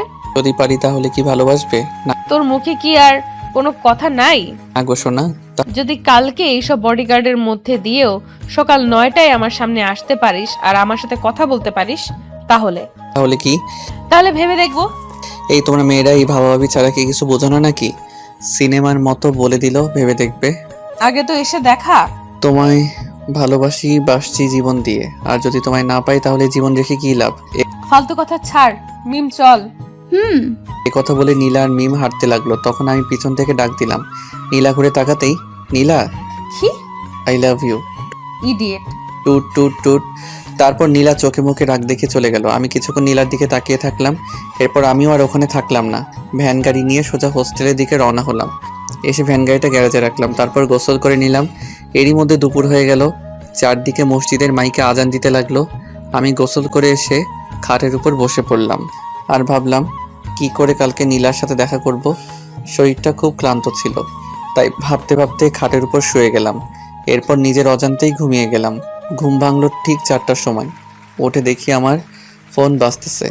ছোটোখাটো একটা ভাঙনি মোবাইল ইউজ করি। খাটের উপর থেকে ফোনটা তুলে কানের কাছে ধরলাম। কয়েকটা কথা শুনে বুঝলাম হাসপাতাল থেকে কথা বলছে। আমি আর দেরি করলাম না, উঠে চোখে মুখে পানি দিয়ে সোজা হাসপাতালে চলে গেলাম। হাসপাতালে এসে দেখা সাক্ষাৎ করে চলে আসলাম। বাসায় আসতে সন্ধ্যা হয়ে গেল, তাই আজ আর কোথাও বের না হয়ে হোটেলে এসে কিছু খাবার খেলাম। কিছুটা প্যাকেটে করে নিয়ে আবার হাসপাতালে গেলাম। সেখানে রাত 9টা পর্যন্ত থাকলাম। এরপর হোস্টেলে এসে চোখে মুখে পানি দিয়ে ঘুমিয়ে গেলাম। সকালে উঠতেই মনে পড়ে গেল নীলার শর্তের কথা। সকাল সকাল মাথা হ্যাং হয়ে গেল, কি করব ভেবে পাচ্ছিলাম না। তবুও সাহস করে নীলার বাসার দিকে রওনা হলাম। আর কিছুক্ষণের মধ্যে নীলার বাসায় চলেও আসলাম। এখন বাজে সকাল 7টা, আর মাত্র 2 ঘন্টা 6 আছে। নীলার বাড়িটা সেই হিয়া বড়, চারদিকে গার্ড, একটা পিঁপড়া ঢোকার মতো ক্ষমতা নেই সেখানে। আমি তো শেষ। আমি আমার কাজে লেগে গেলাম। কাজটা করতে পারবো কিনা জানি না, তবে সাহস বুকে রাখতেই হবে, নয়তো প্রেম করার আগে দেবদাস হয়ে ঘুরতে হবে। যতগুলো গার্ড, তাতে মনে হচ্ছে ভিতরে যাওয়া আমার পক্ষে সম্ভব না। কোনো রকম চালাকি করলেই সোজা উপরে পাঠিয়ে দিবে, একদম বিনা টিকিটে। এদিকে নীলা দেওয়ার সময়ও কাছিয়ে যাচ্ছে, কি করব ভেবে পাচ্ছি না। নীলা যাবার সময় গাড়ি থামালে তো পুরো প্ল্যান শেষ, কারণ আমি তো শেষ। কিছু একটা তো করতে হবে, কিন্তু কি করব? ওদিকে নীলা ঘোর চিন্তায় মগ্ন। নীলয় কি সত্যি পারবে নাকি ভয় পেয়ে পালাবে? দুজনের মনে দুটো প্রশ্ন। এরই মধ্যে নীলার কলেজে যাবার সময় হয়ে গেল। 9টা বাজতে আর 10 মিনিট সময় আছে। নীলা কলেজে যাবার জন্য তৈরি হয়ে নিল আর গাড়িতে এসে বসলো। তার গার্ডরা এসে তাদের গাড়িতে বসলো। আর নিয়ম মতো নীলার সামনে 2টো গাড়ি আর পিছনে 2টো গাড়ি। এরপর রওনা হলো। এদিকে নীলার মনে একটাই চিন্তা, সে এদিক ওদিক তাকাচ্ছে আর দেখছে নীলয় আসছে কিনা। নীলার দেওয়ার সময় ঠিক 9টা বাজতে 1 মিনিট বাকি। গাড়ি তার গতিতে চলছে, টিকটিক করে 1 মিনিট পুরা হয়ে গেল আর 9টা বেজে গেল। 9টা বাজার সঙ্গে সঙ্গে গাড়ি থেমে গেল। গাড়ি থামা দেখে নীলা সামনে তাকালো, কিন্তু সামনে কেউ নাই। কিন্তু গাড়ি থামলো কেন? আই লাভ ইউ ম্যাডাম, আমার কথা শুনে তো নীলা চমকে গেল। আশেপাশে তাকিয়েও আমায় পেল না। আরে ম্যাডাম, তোমার পাশে, একদম পাশে। নীলা তাকিয়ে দেখে আমি ড্রাইভারের জায়গায় বসে আছি, আর মাথার টুপিটা খুলে হাতে, মুখে কালো মাস্ক, সেটাও খুললাম। আরে তুই চমকে গেছেন তো? তুই এখানে কেন? ও মা, কালকের শর্তের কথা কি মনে নাই তোমার? কিন্তু তুই এখানে কেমনে? আর ড্রাইভার কবে হলি? সব বলবো। গাড়িটা স্টার্ট দিয়ে আমি গাড়ি স্টার্ট দিয়ে সামনে যেতে লাগলাম। আর নীলাকে বললাম, বলেছিলাম না তোমার জন্য আমি সব করতে পারি? বাজে কথা বাদ দে, আর বলবো কেমনে করলি তুই এটা? আগে ওটা বলো। কোনটা? আমি যেটা বলছি ওটা। তোকে যা বলতে বলছি তার উত্তর দে। ওকে, কালকে রাতে আমি হাসপাতালে ছিলাম, আর তখন এক লোক সেখানে গেল। আমি দাঁড়িয়েছিলাম, দেখলাম সেই লোকটা খুব কান্নাকাটি করছিল। তখন আমি ওর পিছনে পিছনে গেলাম আর দেখলাম একটা ছোট্ট মেয়ের পাশে বসে কাঁদছিল। আমি যে জিজ্ঞেস করি কেন কান্না করছে। তারপর সে বলল তার মেয়ের নাকি ব্লাড ক্যান্সার, অনেক রক্ত লাগবে। সে যেখানে চাকরি করে সেখান থেকে টাকা চেয়েও নাকি তাকে দেয় নাই। এখন রক্ত না হলে তার মেয়েটা মারা যাবে। তারপর আমি জিজ্ঞেস করলাম সে কোথায় চাকরি করে। তখন উত্তর দিল সে তোমার ড্রাইভার, আর তোমার বাবা নাকি তাকে টাকা দিতে চায়নি। তুমি বলো, এমন পরিস্থিতিতে যদি তাকে টাকা দিত তাহলে কি তোমার বাবা ফকির হয়ে যেত? না। এরপর আমি তাকে জিজ্ঞেস করি তার মেয়ের ব্লাড গ্রুপ কি। তখন বলে ও পজিটিভ, যা আমার সাথে মিলছিল, তাই আমি তার মেয়েকে রক্ত দিয়ে সাহায্য করি। এর জন্য তার চাকরি তোকে দিয়ে দিল? না, সে কান্না করতে করতে বলল তার স্ত্রী মারা গেছে কয়েক মাস হলো। এখন মেয়েটার যত্ন নেওয়ার মতো কেউ নাই। সেও নাকি সারাদিন তোমাদের বাসায় কাটায়। করিম চাচা। তখন আমি তাকে বলি এই চাকরিটা আমায় দেন, আর আপনি একটা দোকান করেন, সারাদিন মেয়েকে নিয়ে দোকান চালাবেন, মেয়ের যত্ন নিতে পারবেন। তো ও তার মানে তুই চান্সের পার্টি? তোমার জন্য সব করতে পারি। চুপ কর আর গাড়ি চালা। আচ্ছা ম্যাডাম, একটা কথা বলেন তো, কি? তোমার বাবা হঠাৎ এত গার্ডের তোমার পিছনে কেন লাগলো? জানি শহরে নাকি খুন খারাপি নাকি বেড়েই যাচ্ছে, তাই আমার বাবা আমায় নিয়ে চিন্তা করে, সেই জন্য আমার সাথে এত বডিগার্ড লাগিয়েছে। কিন্তু খুনের সাথে তোমাদের সম্পর্ক কি? 2 দিনে দুটো খুনও হয়েছে। প্রথম দিনে শফিক, এখানকার স্থানীয় চেয়ারম্যান, আর দ্বিতীয় দিনে আসলাম, এই শহরের দ্বিতীয় বিজনেসম্যান। 1 নম্বরে আমার বাবা। তাই আমার বাবার সন্দেহ এবার আমাদের উপর নাকি টার্গেট। ও এবার বুঝলাম। ছোটবেলা আম্মু বলতো, যত বেশি বড়লোক হবি, যত টাকা হবে, তত শত্রু হবে, তত ভয় হবে। আমার বাবার অনেক শত্রু। ভালো মানুষের শত্রু এমনিতেই হয়, আবার তো বড় লোক। বড় লোকেরা কখনো ভালো হয় না, তারা গরিবের রক্ত চুষে খায়। কিছু কিছু, কিন্তু আমার বাবা খুব ভালো। পৃথিবীতে সব থেকে ভালো মানুষ আমার বাবা। কনফিডেন্স থাকা ভালো, কিন্তু এত নয়। তুই বকবক থামাবি? গাড়ি চালা। আমি তোমার 2টা শর্ত পূরণ করলাম, এবার তো আমায় ভালোবাসবে? শোন, কানের কাছে বকবক করবি না। কালকে বলেছিলাম ভেবে দেখবো, এখন শর্ত পূরণ করতে পারছিস? আমি ভেবে দেখবো। পৃথিবীতে সব থেকে ভয়ঙ্কর প্রাণী হলো মেয়ে। এবার চুপচাপ গাড়ি চালা। আমি আর কিছু বললাম না। গাড়ি নিয়ে সোজা কলেজের গেট দিয়ে প্রবেশ করলাম, আর গাড়ি থামিয়ে মাথায় টুপিটা দিয়ে নেমে আসলাম। এসে নীলার নামের জন্য এ পাশের গেট খুলে দিলাম। নীলা নেমে গেল আর সোজা ক্লাসের দিকে রওনা হলো। আমি ভাবলাম একবার পিছনে তাকা, কিন্তু তাকালো না। এবার আমি গাড়ি পার্ক করে এসে ক্যান্টিনে বসলাম। দেখতে দেখতে নীলার সবকটা ক্লাস শেষ হলো। এবার সে বেরিয়ে আসলো, সাথে মিমও ছিল। আমি যেতেই, এবার ভাইয়া বলবো নাকি দুলা ভাই? যা মন চায়। দুলা ভাই কেন? কেন মানে, তুই ওকে শর্ত দিছিলি, ও শর্ত পূরণ করেছে, এখন তুই ওর অর্ধেক বউ। মিম, একদম বাজে কথা বলবি না। আমি তো তখন বলি নাই যে বউ হব, আমি বলছি ভেবে দেখবো। ওই তার মানেই তাই। মাথা, চল বাসায় যাব। চল না আজ কোথাও ঘুরতে যাই। গেলে মন্দ হয় না। আচ্ছা চল। এরপর নীলা আর মিম গাড়িতে উঠে বসলো, আর আমি গাড়ি স্টার্ট দিলাম। সামনে পিছনে আগের মতোই বডিগার্ড। নীলা, তোর কি বিরক্ত লাগে না কেন? এভাবে বন্দি হয়ে চলাফেরা করতে? সামনে বডিগার্ড, আবার পিছনেও। জীবনের জ্বালা, কিন্তু কি করব বল, বাবার আদেশ। এখন তো ঘুরতে যাচ্ছি, অন্তত এখন তো একা থাকার অধিকার রাখি। এই ড্রাইভার, গাড়ি থামাও। আমি গাড়ি থামালাম। তখন নীলা গাড়ি থেকে নেমে সামনে গাড়িতে এসে কি যেন বলল, তারপর আবার এসে গাড়িতে বসলো। এবার সামনে থেকে 2 গাড়ি ঘুরে চলে গেল। আয়নাতে দেখলাম পিছনের গাড়িও চলে গেল। চল। নীলা, তুই নিলয়কে ড্রাইভার কেন বললি? ড্রাইভারকে ড্রাইভার বলবো না তো কি বলবো? নীলা, ও তোকে ভালোবাসে বলে ড্রাইভার হয়েছে, তোকে ভালোবাসার পরীক্ষা দিতে ড্রাইভার হয়েছে। মিম, এইসব ভালোবাসাটা আমার পছন্দ না, প্লিজ চুপ কর। ওকে। এরপর মিম চুপ হয়ে গেল। আমিও আর কথা বললাম না, মন দিয়ে গাড়ি চালাতে লাগলাম। কিছু দূর আসার পর, কোথায় যাবেন? তুই যেতে থাক, আমি বলে দেব। ওকে। এরপর নীলার কথা মতো যেতে লাগলাম।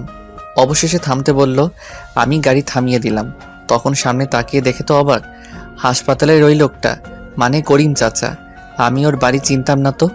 নীলা নিচ থেকে আসলো, মানে আমার ম্যাডামের থেকে অনেক দয়া। গাড়ি থামাতে নীলা আর মিম নেমে গেল, সাথে আমিও নামলাম। তখন নীলা সোজা করিম চাচার কাছে গেল। বাড়ির পাশে একটা সুন্দর দোকান। করিম চাচা, কেমন আছো? আল্লাহ যা রাখছে মা। তোমার মেয়ে কেমন আছে? ভালোই, ঘরে শুয়ে আছে। কালকে রক্ত দিয়ে আজকেই বাসায় আনছেন কেন? হয়তো ভালো হয়ে যাচ্ছে তাই। তুই চুপ কর। আচ্ছা মা, চলো ঘরে। ম্যাডাম, কি? সাহেব কল দিচ্ছে, তাড়াতাড়ি বাসায় যেতে হবে। উফ, আমার বাবাকে নিয়ে আর পারি না। করিম চাচা আজকে থাক, অন্যদিন আসবো। আচ্ছা মা। যাকে একটুর জন্য বাঁচলাম, ভিতরে গেলে সব বুঝে যেত। যাই হোক, এখন নীলাকে নিয়ে তাড়াতাড়ি এখান থেকে যেতে হবে। তাই আর দেরি না করে নীলা আর মিমকে নিয়ে রওনা হলাম। মিমের বাসার কাছে আসতেই মিম থামতে বলল। আমি গাড়ি থামালে মিম নীলাকে বিদায় জানিয়ে চলে গেল। এরপর নীলাকে নিয়ে আমি আবার রওনা হলাম। কিছুক্ষণের মধ্যে নীলার বাসায় এসে হাজির হলাম। নীলা গাড়ি থেকে নেমে ভিতরে চলে গেল, আর আমি গাড়িটা পার্ক করে বসে রইলাম। কিছুক্ষণ বসে থাকার পর দেখলাম নীলা আবার বাইরে আসলো আর বলল, নীলা শোনো। হ্যাঁ ম্যাডাম। বাবা তোমায় ডাকছে। ও, যাচ্ছি। হ্যাঁ, আর ভুল করেও বলবা না যে আগে আমাদের দেখা হয়েছে আর আমার জন্য এখানে আসছো, তাহলে কিন্তু তোমার জীবন নিয়ে টানাটানি হবে। হলে হোক, যার জন্য এত কিছু করছি সেই তো বুঝে না, তাহলে জীবন রেখে কি লাভ? শোন, তোর যা ইচ্ছে বল, আমার সাবধান করার ছিল করে দিছি। এখন তুই মর বাঁচ, তোর ইচ্ছা, যত সব। এক নিঃশ্বাসে নীলা কথাগুলো বলে ভিতরে চলে গেল, আর আমিও পিছনে পিছনে ভিতরে গেলাম। তখন নীলার বাবা আমায় ডাকলো। ভিতরে এসে দেখি বাড়িটা সেই বাইরে থেকে যতটা সুন্দর লাগছে ভিতর থেকে দ্বিগুণ সুন্দর। আমি এদিক ওদিক তাকাচ্ছি আর যাচ্ছি। সামনে নীলার বাবা দাঁড়িয়ে আছে, মানে এই শহরের বিশিষ্ট বিজনেসম্যান মামুন চৌধুরী দাঁড়িয়ে আছে।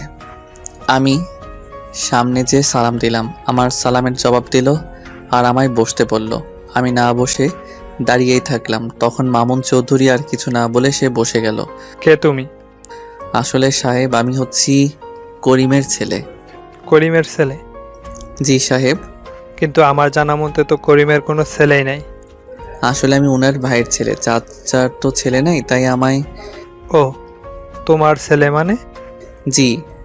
কিন্তু আমরা তো এভাবে চাকরি দেই না, পরীক্ষা নেই, চেক আপ করি, ভালো মন্দ জেনে তারপর চাকরিতে দেই। আসলে আমার চাচু। হ্যাঁ, তোমার চাচু আমার এখানে অনেক বছর ধরেই কাজ করেছে, তার বিশ্বাসে দিতে পারি। নিজের মৃত্যু ঘরে ডাকলি না? কি বলছো?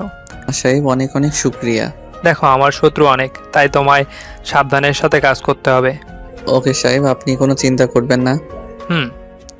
নীলার বাবা তথা মামুন চৌধুরীর সাথে কিছুক্ষণ কথা বললাম। এরপর দুপুর পেরিয়ে বিকেল হয়ে আসলো। নীলার কথায় খাওয়া দাওয়া ওখানেই করলাম। এরপর বের হলাম নীলাকে নিয়ে। ও নাকি ঘুরতে যাবে, তাই আমি ওকে নিয়ে রওনা হই। আর নীলাকে আর তার বান্ধবীদেরকে পার্কে নামিয়ে দিয়ে বললাম, ম্যাডাম, আপনাদের ঘোরা হয়ে গেলে আমায় ফোন করবেন। এই শোন, আমার বাবা মা আমার একটা সুন্দর নাম রাখছে, আর তাতেই সবাই ডাকে, তুইও ডাকবি। আচ্ছা। হাসছিস কেন? পরে আপনাকে একা বলবনি। না, সবার সামনে বল। আজকে নাম ধরে ডাকতে বলছেন, কালকে কাছে আসতে বলবে, তারপর বিয়ে করতে বলবেন। তুই সব সময় একটু বেশিই বুঝিস। যা সর। ওকে। আমি আর কিছু না বলে মুচকি হাসি দিয়ে চলে আসলাম। কিছু দূর আসার পর আবার নীলার দিকে ঘুরে তাকালাম। প্রতিদিনের মতো আজ হলো না। নীলা আমায় কিছু বলা বাদ দিয়ে সেও তাকিয়ে আছে। ভাবলাম মামলা সেট, তাই গাড়িতে উঠে চলে গেলাম। আর আমার চলে যাওয়ার পর নীলা আর তার বান্ধবীরাও পার্কের দিকে চলে গেল। আমি সোজা চলে আসলাম কফি শপে, আর সেখানে কিছু সময় কাটালাম। তারপর সন্ধ্যা হওয়ার আগ দিয়ে আমার কাজ শেষ করে আবার পার্কের দিকে চলে আসলাম। এসে গাড়ি পার্ক করে পার্কের দিকে রওনা হলাম। পার্কে আসতে দেখি অনেক ছেলেমেয়ের আনাগোনা, সবাই প্রেম করে নিয়ে ব্যস্ত। এটা দেখে আমার মাথায় একটা দুষ্টুমি বুদ্ধি চলে আসলো। ব্যাস, যেই ভাবা সেই কাজ।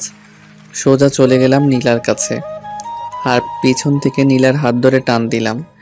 নীলা হঠাৎ চমকে গেল আর নিজেকে সামলাতে না পেরে আমার কাজ সহজ করে দিল। নীলার এক হাত ধরে তাকে গড়িয়ে হাত ধরে আমি তার সামনে বসে গেলাম, একদম সিনেমা স্টাইলে। নীলা তো জমে পাথর। আমার এমন কাজ দেখে নীলা সহ তার বান্ধবীরাও অবাক হয়ে গেল। আমি মুচকি হাসলাম। হঠাৎই নীলা ঠাস করে আমার গালে তার নরম হাতটা ফেলে দিল। আমি কি সুন্দর রোমান্টিক মুড নিয়েছিলাম, কিন্তু থাপ্পড় খাওয়ার পর একদম ভিজে বিড়াল হয়ে গেলাম। আবার সুনামি ঘটার আগে ওখান থেকে কেটে পড়লাম আর সোজা এসে গাড়িতে বসলাম। আর ভাবতে লাগলাম কাজটা মনে হয় খারাপ হয়ে গেল। নীলা আর তার বান্ধবীরাও গাড়িতে এসে বসলো। এবার আমি গাড়ি স্টার্ট দিলাম আর বাসার দিকে যেতে লাগলাম। তখনই নীলা ভেজা কণ্ঠে বলল, প্রাইভেটে যেতে হবে। নীলার কথা শুনে একটু অবাক হলাম। আজকে তো প্রাইভেট ছুটি, আর তাই তো সে পার্কে ঘুরতে আসছিল। আবার কেন প্রাইভেটে? আমি সাহস করে আর কিছু জিজ্ঞেস করলাম না, সোজা তাকে প্রাইভেটে নিয়ে আসলাম। সঙ্গে মিমেরাও ছিল। আমি গাড়ি থামাতে নীলা আর মিমেরা নেমে ভিতরে চলে গেল। আমি বাইরে দাঁড়িয়ে রইলাম। তখন মিম ভিতরে না গিয়ে আমার কাছে আসলো। খুব কষ্ট পাইছো তাই না ভাইয়া? আরে কিসের কষ্ট, বাদ দাও তো। নীলা আসলে এমনই, এসব ভালোবাসাও পছন্দ করে না। এখন তো আমার সন্দেহ হয় ওর মন বলে কিছু আছে নাকি নাই। আরে এমন সন্দেহ কেন? মন প্রাণ সবারই আছে। আমার মনে হয় নাই। তা না হলে যেই ছেলেটা তাকে ভালোবাসে বলে তার দেওয়া শর্তগুলো জীবনের ঝুঁকি নিয়ে পালন করলো, তার জন্য ঘর বাড়ি ছেড়ে তার ড্রাইভার হয়ে গেল তাকে এক নজর দেখার জন্য, কিন্তু সে কি করলো? ওই একই অপমান। ওর মধ্যে যদি মন থাকতো না, তাহলে নিশ্চয়ই ওর মনে তোমার জন্য একটু হলেও মায়া হতো। এমনটা নয়, হয়তো ওর আমায় পছন্দ হয় নাই। তোমার মতো ভালো ছেলে যদি ওর পছন্দ না হয়, তাহলে ওর কপাল খারাপ। ওসব বাদ দাও, এটা বলো তোমরা এখানে কেন আসলে? আমাদের প্রাইভেট স্যার খুব অসুস্থ। ও, আমি হঠাৎ সামনে তাকাতেই দেখি নীলা দাঁড়িয়ে আছে। আমার তো চোখ কপাল উঠে গেল, হয়তো সব শুনে নিছে। মিম, স্যার তোকে ডাকছে। আসছি নিলয় ভাইয়া। মিম চলে গেল আর নীলা আস্তে আস্তে আমার দিকে আসতে লাগলো। আমি দাঁড়িয়ে না থেকে গাড়ির দরজা খুলে দিতে যাব, তখন নীলা বলল, নিলয়? হ্যাঁ বলেন ম্যাডাম। আবার madam? Sorry Neela. I am sorry. ও, দেখো, আমি ইচ্ছে করে তখন তোমায় মারিনি, আমি খুব ঘাবড়ে গিয়েছিলাম। প্লিজ রাগ করে থেকো না। আসলে ওটা করা আমারও ঠিক হয় নাই। প্লিজ রাগ করো না। তোমায় মারার পর থেকে আমারও কেমন যেন হচ্ছে, খুব খারাপ লাগছে। ও নিলয়, কি? I love you. এবার তো ক্ষমা করো। বললাম তো এমনিতেই মাফ করছি, তারপরও কেন ওই মিথ্যে কথাটা বললেন? আমি মিথ্যা বলি না, আমি সত্যি বলছি। হইছে, এবার গাড়িতে বসেন। উফ শালা, তোর আজ আমি পাথরের মতো দাঁড়িয়ে শ্রোতার মতো নীলার কথাগুলো শুনছিলাম। এমন সময় পিছন থেকে কে যেন এসে আমাদের দুজনকেই অবাক করে দিল। নীলা এসব কথা বলছিল আর আমি দাঁড়িয়ে দাঁড়িয়ে শুনছিলাম। তখন পিছন থেকে মিম এসে নীলাকে আচ্ছা মতো বকতে লাগলো। কুত্তি রাক্ষসী, আমি তোর বান্ধবী হই, তাও আমায় এসব কথা বলিস নাই? আমি নিলয় থেকে দূরে থাকতে চেয়েছি, তাই কাউকে বলি নাই। আমাকে তো বলতে পারতি।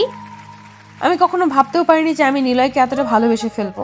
তুই তো জানিস আমার জীবনে যায় আসে প্রথম দিনেই তাকে দুনিয়া ছাড়তে হয়। আমি ভাবছিলাম নিলয় তাদের মধ্যে একজন হবে, এই জন্য আমি ওকে বাঁচাবো বলে ঘৃণা করার অভিনয় করতাম। তোমার জীবনে যারা আসে তাদের কি হয়? আর কয়জন আসছে তোমার জীবনে? তুমি ভুল বুঝছো। আমার পেছনে যারা লেগেছে, যারা আমায় পছন্দ করে, প্রপোজ করেছে, তারাই দুনিয়া ছেড়ে গেছে, অথবা আজ তারা ঘরে বন্দি হয়ে আছে। কেন? কারণ আমার বাবা চায় না যে আমার পেছনে কেউ লাগুক আর আমায় কেউ ভালোবাসুক। আমার বাবার অনেক টাকা, তাই সে কাউকে ভয় করে না, নিজের ইচ্ছে মতো চলে। ও, জানি না তোমার কি হবে। আজ পর্যন্ত কাউকে আমি এতটা ভালোবাসি নাই যতটা তোমায় বাসছি। আমার কিচ্ছু হবে না, তুমি কোনো চিন্তা করো না। প্লিজ তুমি এখান থেকে চলে যাও। আমি তো যাবার জন্য তোমার কাছে আসি নাই। এবার দেখো আমার খেলা। মানে তোমার বাবা নিজেই তোমার আর আমার বিয়ে দিবে। এটা কখনো সম্ভব নয়। কোনো কাজই সম্ভব হয় না, সম্ভব করে নিতে হয়। আমার খুব ভয় করে। তোর বাদ দাও, চলো। তারপর নীলাকে আর মিমকে নিয়ে সেখান থেকে সোজা বাসায় চলে আসলাম। আগে মিমকে তার বাসায় নামিয়ে দিলাম। নীলার বাসায় এসে গাড়ি পার্ক করে বের হতেই নীলার বাবার ডাক পড়ল। আমি চলে আসলাম ভিতরে। এসে দেখি নীলা আর ওর বাবা মামুন চৌধুরী বসে আছে। জি সাহেব, আমায় কি ডাকলেন? খবর দেখো, এটা টিভির দিকে তাকিয়ে দেখি ব্রেকিং নিউজ দিতেছে। আজকে নাকি কফি শপে জলিল শাহকে খুন করা হয়েছে। কে করছে তা এখনো পুলিশ জানতে পারে নাই, তবে তদন্ত চলছে। এটা আমার বিজনেস পার্টনার ছিল, একে বাস খুন করলো। শুধু একে নয়, আজকে একে নিয়ে মোট 7 জনকে খুন করা হলো। কিন্তু সাহেব, কারা করছে? জানি না, কেন করছে তাও জানি না, তবে আমার মনে হচ্ছে এবার ওর টার্গেট আমি, কারণ আমরা মোট 8 জন ছিলাম আর আমি বাদে 7 জনকে মেরে ফেলেছে, এবার বাকি আমি। ও, এসব কথা তোমায় বলার কারণ হচ্ছে তুমি আমার মেয়েকে সেফ রাখবে, দরকার হলে আরও গার্ড বাড়িয়ে দিব। ঠিক আছে সাহেব, আমি সবসময় ম্যাডামের খেয়াল রাখবো। তারপরেও আরও কিছু কথা বলে তখনকার মতো বাদ দিলাম। আর মামুন চৌধুরী আমায় বলল, তুমি যেন খাবার খেয়ে যাও। আমি কোনো কথা না বলে শুধু মাথা নাড়া দিলাম। তারপর যে যার কাজে চলে গেল। নীলা ঘরে গিয়ে পড়তে বসলো। আমি বাইরে চলে আসলাম। বাইরে এসে আবহাওয়া খেতে লাগলাম। পকেট থেকে ফোন বের করে কল দিলাম। বেশ কি সুন্দর আবহাওয়া, চারদিকে সুন্দর জায়গা, বসে থাকতে বেশ মজা পাচ্ছিলাম। ঠিক এমন সময় কে যেন আসলো আর মামুন সাহেবের নামে একটা গিফট দিয়ে চলে গেল। আমি মামুন সাহেবের কাছে গেলাম আর দেখলাম সেই গিফটটা সামনে নিয়ে বসে আছে। একটু পর খুলতে লাগলো। খুলতেই তো অবাক হয়ে গেল, সেখানে মোট 8 জনের ছবি আছে আর মামুন সাহেবের ছবিও আছে। মামুন সাহেবের ছবি বাদে বাকি 7 জনের ছবিতে লাল কালি দিয়ে ক্রস চিহ্ন দেওয়া আছে। এটা দেখে তো মামুন সাহেব শেষ। বুঝতে আর বাকি রইল না যে এবার ওর পালা। সঙ্গে সঙ্গে মামুন সাহেব উত্তেজিত হয়ে গেল আর খোঁজ নিতে বলল এই গিফটকে দিয়ে গেল। আমি দাঁড়িয়ে শুধু দেখছিলাম, কারণ সেই গিফট পাঠানোর মালিক ছিলাম আমি। শখ লাগারই কথা। আমি যখন বাইরে যাই ঠিক তখন আমি ফোন বের করছিলাম আর আমার ঠিক করার লোককে ফোন করি। তারপর সে কথা মতো এসে গিফট দিয়ে চলে গেল। আর সেই লোকটা ছিল আশরাফ ভাইয়ের লোক, এই শহরের নাম্বার 1 গুন্ডা। এখন মামুন সাহেব সেই লোককে খুঁজতে ব্যস্ত হয়ে পড়বে, আর এদিকে আমি তার মেয়েকে আর একটু মজিয়ে দিব। মামুন বুদ্ধিমান হয়ে থাকলে গিফট দেওয়ার লোককে খুঁজে বের করবে, আর সেই লোক আশরাফের নাম বলবে, কারণ আমি ফোনে কথা বলার সময় আশরাফের পরিচয় দিয়েছিলাম। এরপর আশরাফ আর মামুনের মধ্যে শুরু হবে এক মহাযুদ্ধ। এই যুদ্ধে যে কোনো একজন মরবে আর বাকি একজনকে আমি নিজে দেখে নিব। এরপর আমার প্ল্যানের প্রথম ধাপ শুরু হয়ে গেল। মামুন সাহেব চারদিকে লোক ছড়িয়ে দিল, যে করেই হোক ওই লোকটাকে ওর চাই। আস্তে আস্তে রাত গভীর হয়ে গেল। আমি বাসায় আসার জন্য রেডি হচ্ছিলাম, তখন দেখলাম উপর থেকে নীলা ডাক দিল। আমি আশেপাশে তাকিয়ে দেখি কেউ নাই, তাই উপরে চলে আসলাম। তখন নীলা আমায় তার ঘরে নিয়ে গেল আর আমায় একটা কিস করলো। এরপর বলল বাসায় যেতে। আমি বেশি কিছু বললাম না, চলে আসলাম বাসায়। বাসায় আসার সাথে সাথেই ফোন থেকে সিম পাল্টে দিলাম। অন্য সিম তুলে মামুনকে কল দিলাম। মামুনের কথার মধ্যে ভয়ের খোঁজ পেলাম। কি খবর মিস্টার মামুন চৌধুরী? খে আমায় চিনলেন না? এত সুন্দর একটা গিফট পাঠালাম আর আমায় ভুলে গেলেন? কে তুই? আমার কাছে কি চাস? তোর জীবন। জীবনে তুই অনেক পাপ করছিস, এবার তোর পাপের বিনাশ হবে। এই কে তুই? আরে এত উত্তেজিত হলে চলে নাকি? কি চাস তুই বল। আমার চাওয়ার কথা তুই বাদ দে, আগে নিজের জীবন বাঁচা। একবার তুই আমার সামনে এসে দেখ, তোকে কেটে টুকরো টুকরো করে রাখবো। আসবো আসবো, সময় হলেই আসবো। এত তাড়া কিসের? কিছুদিন একটু তরিয়ে নে। Good bye. এই কথা বলেই ফোন কেটে দিলাম আর ফোন থেকে সিম খুলে পুকুরে ফেলে দিলাম আর আমার নিজের সিম তুললাম। তারপর শুয়ে পড়লাম। সকালে উঠে চলে গেলাম নীলার বাসায়। কলেজের সময় হতেই নীলাকে নিয়ে কলেজে যাওয়ার জন্য দাঁড়িয়ে আছি। ঠিক এমন সময় দেখি আমার চারপাশে অনেকগুলো গাড়ি এসে থেমে গেল। আমি তো কিছুটা ঘাবড়ে গেলাম। হঠাৎ এত গাড়ি আমার সামনে। আশেপাশে তাকাতেই দেখি মামুন হাসতে হাসতে এদিকে এগিয়ে আসছে। আমি ঠিক বুঝলাম না কি হচ্ছে। তাহলে কি আমায় চিনে ফেললো? আশেপাশে তাকাতেই দেখি মামুন হাসতে হাসতে এদিকে এগিয়ে আসছে।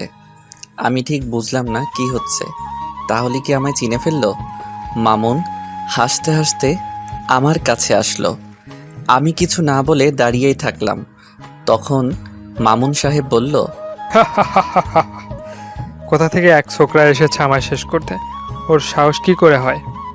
আমি মনে মনে শান্তি পেলাম।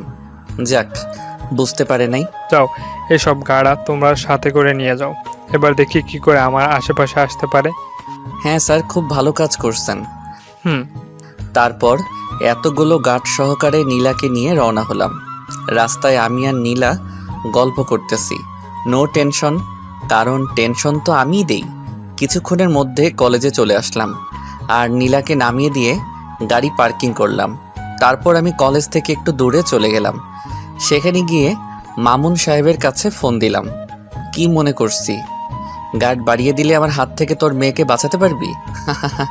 ভুল, তোর গার্ড আমায় ছুঁতেও পারবে না। দেখো, আমার মেয়ের কিছু করবি না। তুই যা চাস আমি তোকে সব দিব। আমার চাওয়া তো আমি নিব, কিন্তু এখন তোর মেয়েকে কে বাঁচাবে? ফোন কেটে দিলাম। আর তারপর মামুনের কাম ডাউন শুরু হয়ে গেল। কারো দুর্বলতায় আঘাত করলে যে কেমন লাগে সেটা মামুনকে আমি হাড়ে হাড়ে টের দিতে চাই। সেজন্য আমি নীলাকে ক্লাস থেকে নিয়ে বেরিয়ে গেলাম। নীলা আমায় কোনো প্রশ্ন করলো না, আমিও কিছু বললাম না। তাকে নিয়ে কিছু দূর একটা হোটেলে আসলাম। সেখানে বসে চা পানি খেতে খেতে কিছু গল্প করলাম। এদিকে মামুন তার লোকদের কাছে ফোন করে আর জানতে পারে নীলা ক্লাসে নাই। তখন তার জীবন হাতে চলে আসে। কি করবে ভেবে পাচ্ছিল না। চারদিকে লোক ছড়িয়ে দিল। কিছুক্ষণ পর আমি আর নীলা হোটেল থেকে বেরিয়ে বাসার দিকে রওনা হলাম। আর অল্প টাইমের মধ্যে নীলার বাসায় এসে পৌঁছালাম। নীলাকে দেখেই তো মামুন জানে প্রাণ ফিরে ফেল। আমি গাড়ি পার্ক করে ভিতরে গেলাম। সবাই আমার দিকে হাঁ করে তাকিয়ে আছে। সবাই আমার দিকে এমন করে তাকিয়ে কি দেখছো? আমি ওকে কিডন্যাপ করছি নাকি? আমি তোকে কিডন্যাপারের হাত থেকে নিয়ে আসলাম। কে ছিল? কোন বাপের বেটা ছিল? কার এত বড় সাহস যে আমার মেয়েকে কিডন্যাপ করে? আমায় তো কিছু বলে নাই।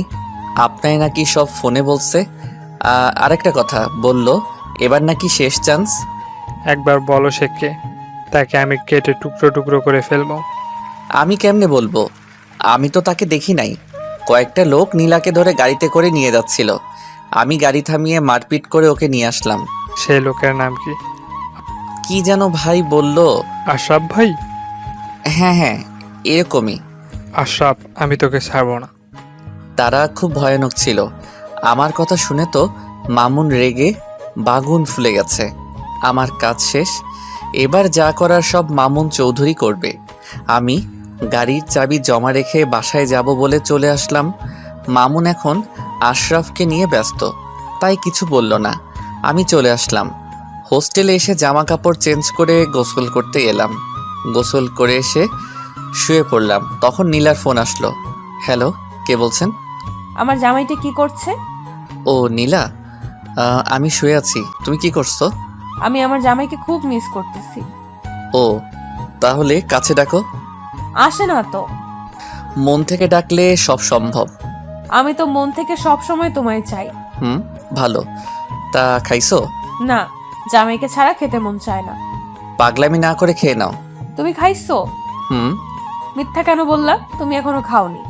তুমি কেমনে বুঝলা? তোমার কথাতেই বোঝা যাচ্ছে। আচ্ছা খেয়ে নাও, আমিও খাচ্ছি। আর বিকেলে চলে এসো, প্রাইভেট আছে। হুম। এই কথা বলে ফোন কেটে দিলাম। তারপর উঠে গিয়ে খেয়ে আসলাম। এসে একটা ঘুম দিলাম। এক ঘুমে বিকেলে উঠে নীলার বাসায় চলে গেলাম আর গাড়ি বের করে দাঁড়িয়ে রইলাম। কিছুক্ষণ পর নীলা এসে বসলো। আমি গাড়ি স্টার্ট দিয়ে রওনা হলাম। তখন নীলা বলল, তুমি ভেতরে যাও নাই কেন? এমনিতেই। আমি তোমার আশায় দাঁড়িয়ে আছি। ও। তারপর কথা বলতে বলতে নীলার প্রাইভেটে চলে আসলাম। আমি নীলাকে নামিয়ে দিয়ে গাড়ি নিয়ে বের হলাম, কারণ এখন আমার সাথে কোনো গার্ড আসে নাই। মামুন সাহেব আমার উপর বিশ্বাস করে তার মেয়েকে আমার হাতে তুলে দিছে। সে তো আর জানে না তার সেই জম। আমি গাড়ি নিয়ে বের হলাম আর জানতে পারলাম মামুন সাহেব আশরাফের নামে কেস করছে। এটা শুনে তো আমি শেষ। আমি ভাবলাম কি আর হলো কি, খবর নিয়ে জানলাম মামুন নাকি এবার ইলেকশনে দাঁড়াবে, তাই কোনো রকম অন্যায় সে করবে না। এটা শুনে আমি আমার প্ল্যান বদলিয়ে দিলাম। তারপর সন্ধ্যা হওয়ার পর নীলাকে নিয়ে তার বাসায় নামিয়ে দিলাম। নীলা তো আমায় যেতেই দিবে না। আমি অনেক বাহানা করে চলে আসলাম। বাসায় এসে সময়ের অপেক্ষা করতে লাগলাম। নীলার বাসা থেকে আসার সময় কাউকে না জানিয়ে মামুন সাহেবের একটা শার্ট নিয়ে চলে আসলাম। আর সময় হতেই সেই শার্ট পরে আশরাফকে হামলা করলাম। জায়গা মতো আশরাফকে খতম করলাম। আর তখন আমি ইচ্ছে করেই শার্টে রক্ত ভরাই আর শার্টের এক টুকরো ছিঁড়ে আশরাফের হাতে লাগিয়ে দেই। এরপর আমি কিছু দূর আসার পর শার্ট খুলে ডাস্টবিনে ফেলে বাসায় চলে আসি। বাসায় এসে আরামের ঘুম দিলাম। সকালে উঠে ফ্রেশ হয়ে নিলাম। তারপর জানতে পারলাম মামুনকে পুলিশ অ্যারেস্ট করছে। আমি জেনে কোনো অবাক হলাম না, বরং খুশি হলাম। এরপর রেডি হয়ে চলে আসলাম নীলার বাসায়। নীলার বাসায় এসে দেখি একদম ফাঁকা, কেউ আছে বলে মনে হয় না। আমি ভিতরে গেলাম, দেখলাম মামুনের সব লোকেরা মাথায় হাত দিয়ে বসে আছে। আমিও মন খারাপের অভিনয় করলাম। তারপর নীলা এসে বলল সে নাকি কলেজে যাবে। আমিও আর কিছু বললাম না, আমার তো চাকরি এটা। রাস্তায় এসে আমি বললাম তোনার বাবা অ্যারেস্ট হয়েছে, তোমার কি কষ্ট হচ্ছে না? না, কারণ আমি 1000বার বাবাকে নিষেধ করেছি এসব গুন্ডামি করো না, মারপিট আমার একদম পছন্দ না। আমার কথা শোনেই না, তাই অ্যারেস্ট হয়েছে তো ভালোই হয়েছে। ও, মারপিট থেকে দূরে থাকবো বলে তোমার মতো সাধারণ ছেলেকে আমি ভালোবাসছি, আর এখন তোমার কাছেই আমি থাকবো। কি বলবো বুঝতে পারছি না। সে তো আর জানে না এসব আমি করাচ্ছি, আমি মেইন ভিলেন। তোমায় নিয়ে আমি অনেক দূরে হারিয়ে যেতে চাই, যেখানে গেলে শুধু শান্তি। এবার মারপিট খুনাখুনি আর হবে না। আমি আর কিছু বললাম না, কি বলবো ভেবেই তো পাচ্ছি না। যখন নীলা সবটা জানতে পারবে জানি না কি যে হবে। কিছুক্ষণের মধ্যে নীলার কলেজে চলে আসলাম। নীলা নেমে আমায় বিদায় দিয়ে চলে গেল। আমি গাড়ি পার্ক করলাম না, আর আমার একটা কাজ ছিল সেটা করতে গেলাম। কাজটা শেষ করতে করতে দুপুর হয়ে গেল। নীলার কাছে চলে আসলাম আর নীলাকে নিয়ে রওনা হলাম। গাড়ি চালাচ্ছি আর ভাবছি নীলাকে সবটা বলে দিব। কিছু দূর যাওয়ার পর একটা ফাঁকা জায়গা দেখে গাড়ি দাঁড় করালাম আর আমি নেমে নীলাকে নামিয়ে দিলাম। এখানে কেন? নীলা, আজ তোমায় আমি কিছু কথা বলতে চাই, হ্যাঁ বলো। যেটা শোনার পর হয়তো তোমার মনে আমার জন্য কোনো ভালোবাসা নাও থাকতে পারে। কি বলছো এসব?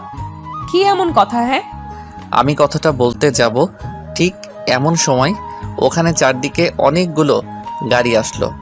নীলা আমার হাত শক্ত করে ধরলো। গাড়ি থেকে নেমে আসলো মামুন চৌধুরী। আমি তো অবাক, এ কেমনে এখানে? মামুন চৌধুরী মুচকি আসছে। বাহ বাহ, খুব সুন্দর খেলছিস। বাবা তুমি এখানে? মা চলে আয়। না বাবা, আমি নিলয়কে ভালোবাসি। আরে এসব ভালোবাসা কিচ্ছু না, সব অভিনয়। ও তোকে শুধু ব্যবহার করেছে আর কিচ্ছু না।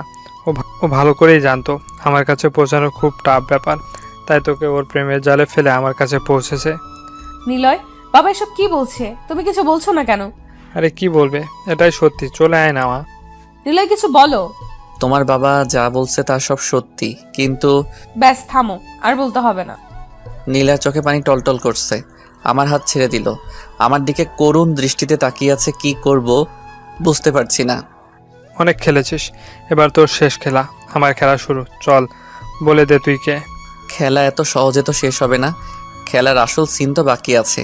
হা হা হা হা, চারিদিকে আমার লোক, এক ধাপ লড়লেই তুই সোজাও পড়ে।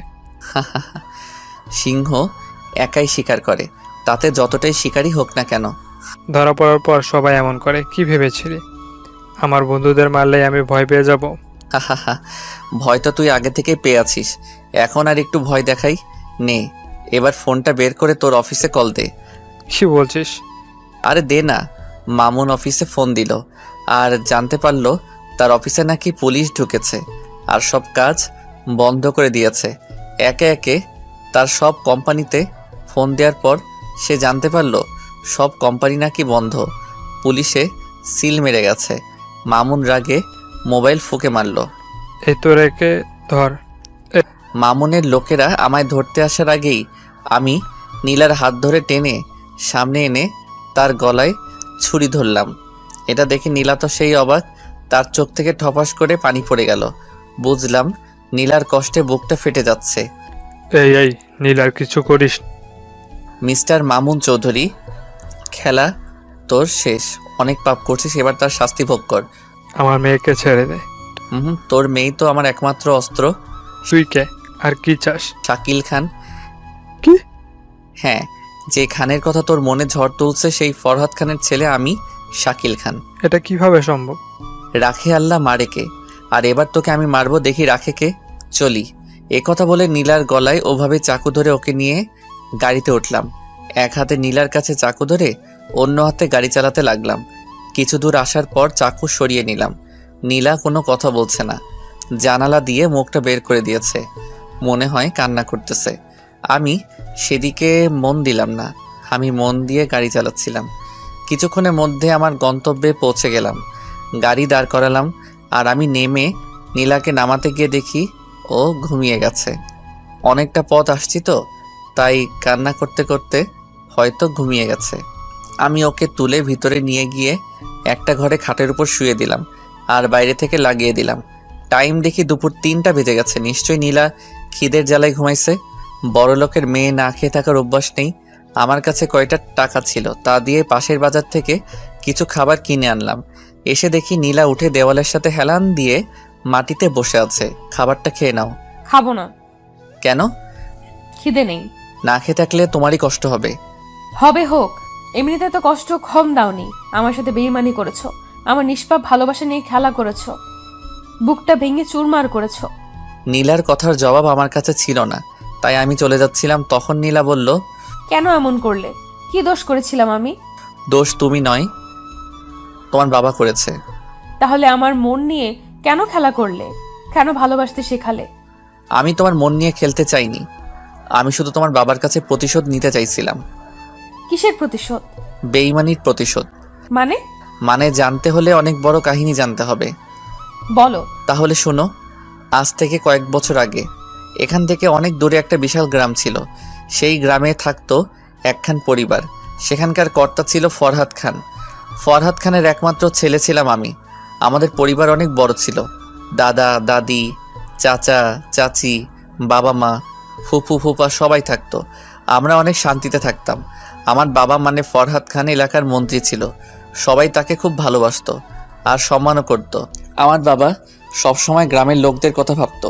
তাদের সুখে তিনি সুখী হতেন। ছোট বড় সবাই তাকে এক নামে চিনত। গ্রামে কোনো ঝামেলা হলে আমার বাবার কাছে আসতো। বাবা সঠিক বিচার করে দিত। এতে সবাই খুশি হতো। আমাদের বাসায় বাবার মুখে মুখে কথা কেউ বলতে পারতো না, শুধু আমার চাচাতো বোন ছাড়া। আমার চাচার একমাত্র মেয়ে, তার নাম মিলি। বয়স খুব কম, 8 থেকে 10 হবে।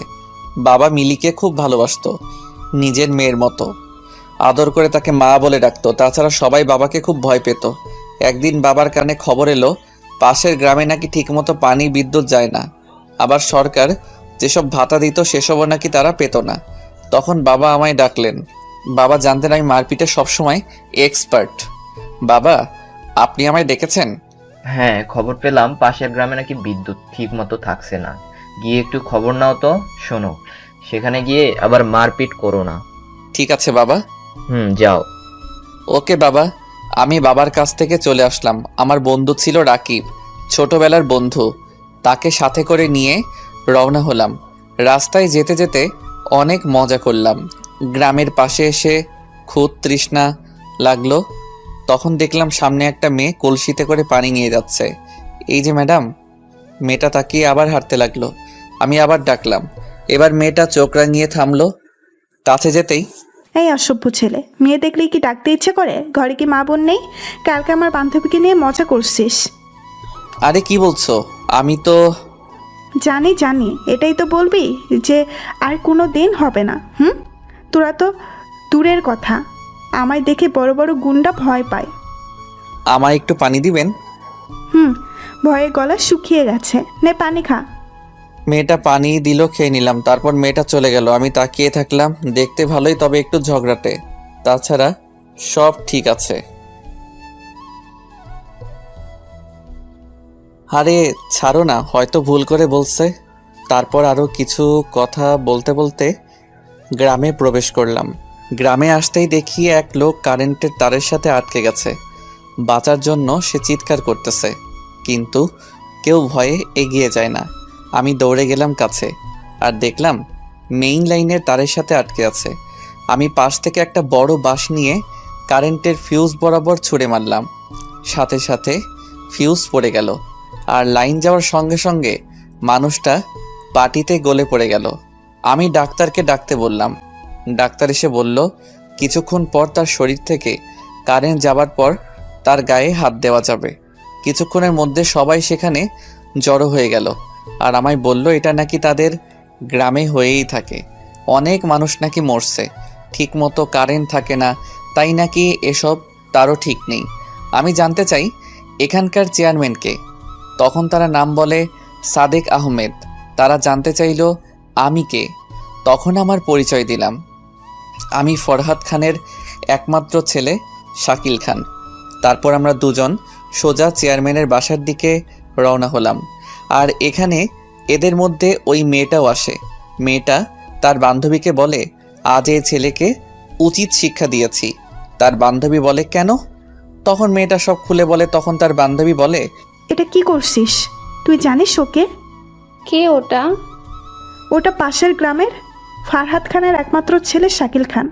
ফরহাদ খানকে তো চিনিস?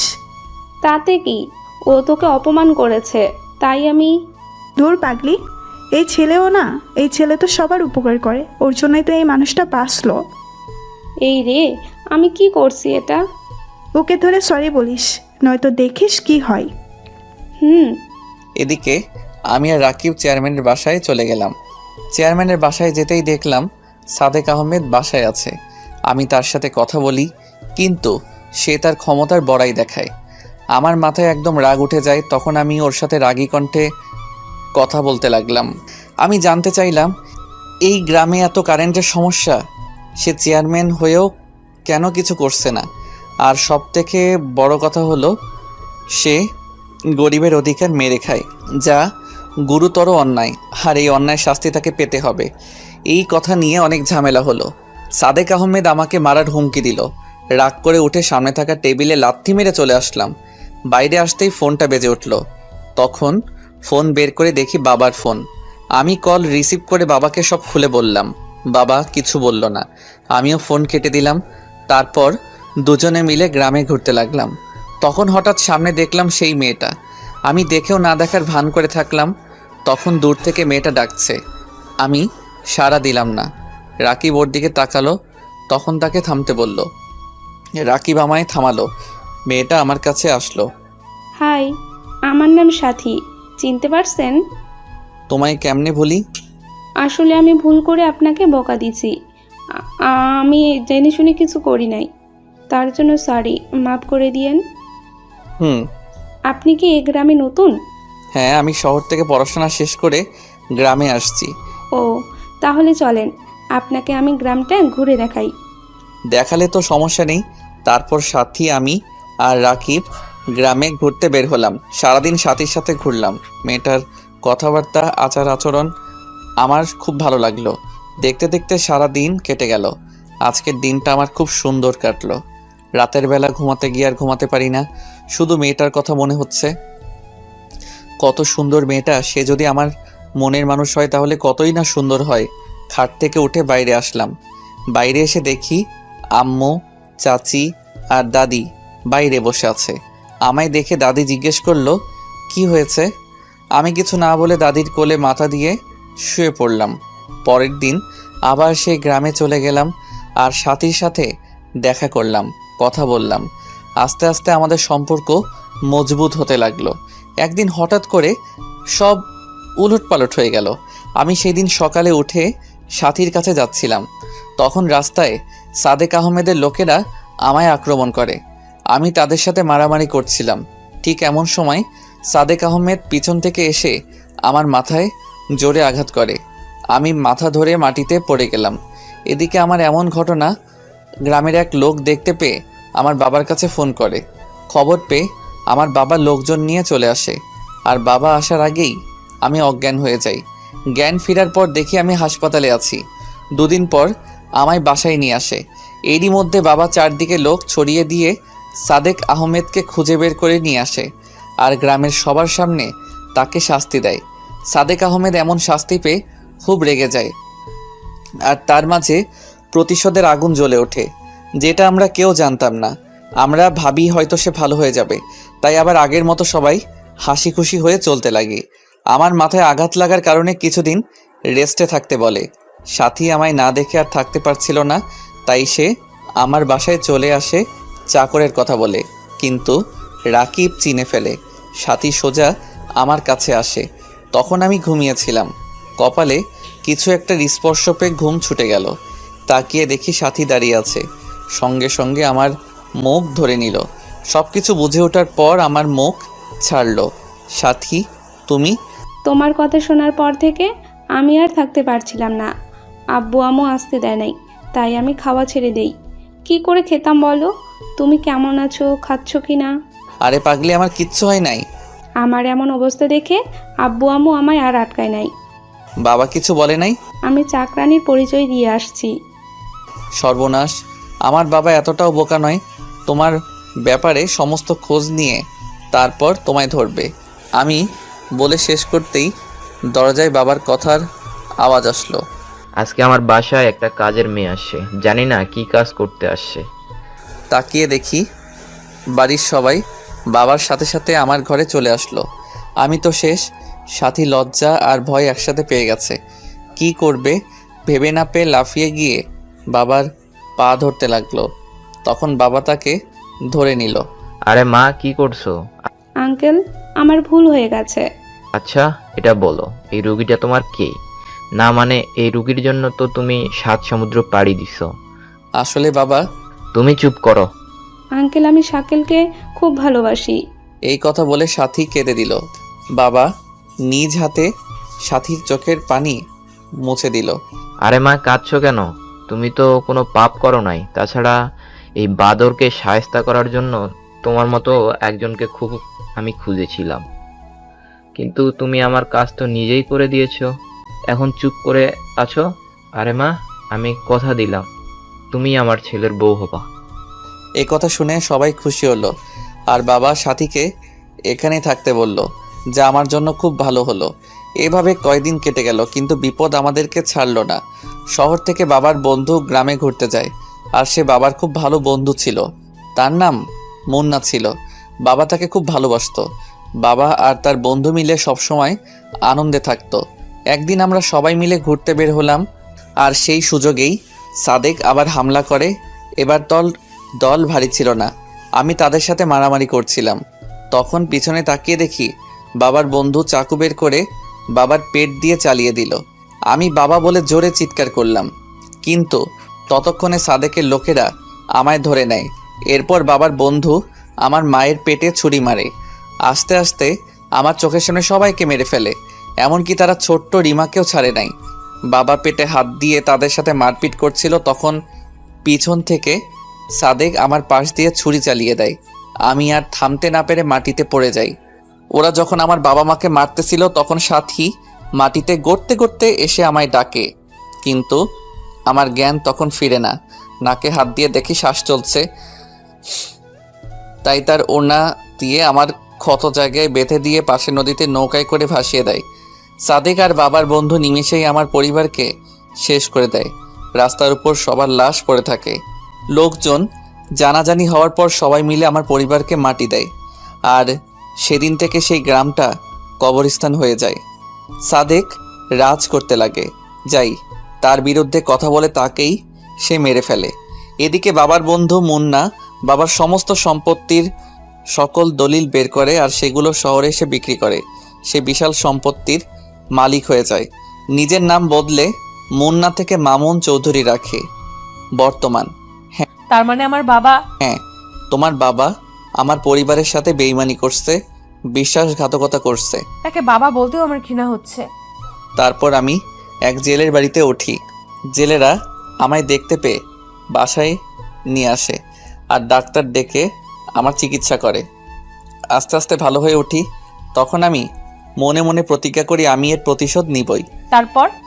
তারপর সবার প্রথমে আমার টার্গেট হয় সাদেক। তাকে গ্রামের সকলের সামনে তার পাপের শাস্তি দেই। এরপর খবর নিয়ে জানতে পারি মুন্না এখন মামুন চৌধুরী। তাই আমি আমাদের সমস্ত সম্পত্তির আসল দলিল বের করি, আর সেগুলো নিয়ে শহরে চলে আসি। আর একে একে সবাইকে খুন করো? হ্যাঁ, কিন্তু তোমার বাবাকে খুন করলে আমার প্রতিশোধ নেওয়া হতো না। তাই তোমায় ব্যবহার করে আমি তোমাদের বাসায় ঢুকি আর নকল দলিল খুঁজে বের করি। তারপর সেগুলো আদালতে হাজির করি, কাউকে না জানিয়ে। আর আদালতে আমি জয়ী হই। তাই তোমার বাবার নামে এখন 1 টাকাও নেই। সব কোম্পানি, বাড়ি গাড়ি সব পুলিশের হাতে। কিন্তু আমার বাবা? তোমার বাবাকে পুলিশ এখন খুঁজছে আশরাফের খুনের অপরাধে আর জেল থেকে পালানোর অপরাধে ফাঁসির অর্ডার। ও, কিন্তু আমি জানি তোমার বাবা আমায় খুঁজে বের করবে, আর তার আশারই আমি অপেক্ষা করতেছি। কারণ আমি নিজেই তোমার বাবাকে লোকেশন দিয়েছি। কিন্তু কেন? মৃত্যু সবসময় তাকে ডাকে। এদিকে মামুন চৌধুরী আমার লোকেশন পেয়ে লোকজন নিয়ে সেখানে হাজির হলো, কিন্তু ততক্ষণে আমরা সেখানে নেই। মামুন চৌধুরী সেই বাড়িতে যায় আর সব জায়গায় আমাদের খুঁজে, কিন্তু পায় না। পায় শুধু একটা চিঠি। ডিয়ার মুন্না ওরফে মামুন চৌধুরী, মৃত্যু আজ তোকে এই পর্যন্ত টেনে আনছে। তুই যেভাবে আমার পরিবারকে খুন করছিস, বেইমানি করছিস, ঠিক সেইভাবে আমি বেইমানি করছি। জানি এতে কমতি হয়েছে, আর তার জন্য আমি চেয়েছিলাম তোকে আরও কঠিন মৃত্যু দিব, কিন্তু তোর মেয়ে তোকে নিজ হাতে আজ মারল। এখানে আজ তোর মরণ হবে। কেন জানিস? কারণ এই ঘরে প্রতিটা ওয়ালে টাইম বোমা সেট করা। তুই যখন চিঠিটা হাতে নিছিস তখন টাইম স্টার্ট হয়েছে। ভাবিস না এটা আমি করছি। এসব তোর নিজের মেয়ে করছে। সে চায় আমরা আর সময় নষ্ট না করে তাড়াতাড়ি সংসার শুরু করি। তাই তোর কাহিনী এখানেই শেষ করলো। বাই বাই শ্বশুর। চিঠিটা পড়া শেষ করতে বোমা ফাটার সময় হয়ে গেল, আর নিমিষেই পুরো বাড়িটা মাটির সঙ্গে মিশে গেল। এদিকে আমি আর নীলা গ্রামের উদ্দেশ্যে রওনা দিয়েছি, আর কিছুক্ষণের মধ্যে পৌঁছে গেলাম। সেখানে গিয়ে সেইখানে বাড়িতে উঠলাম। বাবা মা হয়ে উঠল সাথীর বাবা। আজ বড্ড সাথীর কথা মনে হচ্ছে, কিন্তু নীলা সাথীর অভাবটা পূরণ করে দিল। দুই গ্রামে আবার শান্তি ফিরে এলো। সাথীর বাবা মা আমাদের বাবা মা হয়ে আমাদের সাথেই থাকে। আমাদের সমস্ত সম্পত্তিতে আবার ফসল চাষ করা শুরু হলো। চারদিকে খুশির বন্যা বয়ে যেতে লাগলো। আজ বাবা মা থাকলে কতই না খুশি হতো। তাতে কি হয়েছে, নতুন বাবা মা তো আছে। প্রথম দিন আমরা আর দুই গ্রামের সমস্ত লোকেরা মিলে অনুষ্ঠান করলাম, আর অনেক মজাও করলাম।